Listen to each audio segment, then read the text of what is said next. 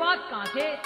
गबरू जवान शौकी खाने और पीण के बुग्गियां पहला तेरे बरोटे पर सीण के मंद मंद चलगी सा गालदा बढ़त अरे न्यारे से नजारे लाइफ गम आली जीण के देख लिए जन्नत का टच फील होवे अरे झूठ को नहीं बोलूं जमा सच फील होवे खेतां आली नालियां में पैर तू डुबो के अरे चूसिए रे गंडे कती गच फील होवे।